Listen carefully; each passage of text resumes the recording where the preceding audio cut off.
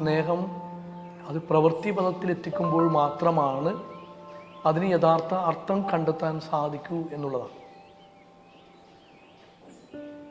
വിശുദ്ധ യോഹന്നാൻ്റെ 1-ാം ലേഖനം 3-ാം അധ്യായം 16-18 വാക്കിൽ ഈ വാക്യങ്ങൾ എടുത്ത് നോക്കുമ്പോൾ സ്നേഹത്തെക്കുറിച്ച് പറയുന്ന പ്രകാരമാണ്. സംസാരത്തിലും അതുപോലെ തന്നെ നമ്മുടെ വാക്കിലും മാത്രമല്ല, മറിച്ച് നമ്മുടെ പ്രവൃത്തിയിലും സത്യത്തിലുമാണ് സ്നേഹം നിലകൊള്ളുന്നത്. യാക്കോബ് ശ്ലീഹ 2-ാം അധ്യായം 15-17 പറയുന്നതും അതുപോലെ തന്നെയാണ്.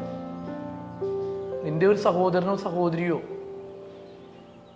ഭക്ഷണമില്ല എന്നോ വസ്ത്രമില്ല എന്ന് പറയുമ്പോൾ അവനോട് തീ കായുക അല്ലെങ്കിൽ എല്ലാം ശരിയാവും എന്ന് പറയുക അല്ല ശരി, മറിച്ച് അവന് ആവശ്യമുള്ളത് കൊടുക്കുക. പ്രവൃത്തി കൂടാതെയുള്ള വിശ്വാസം അത് നിർജീവമാണ്.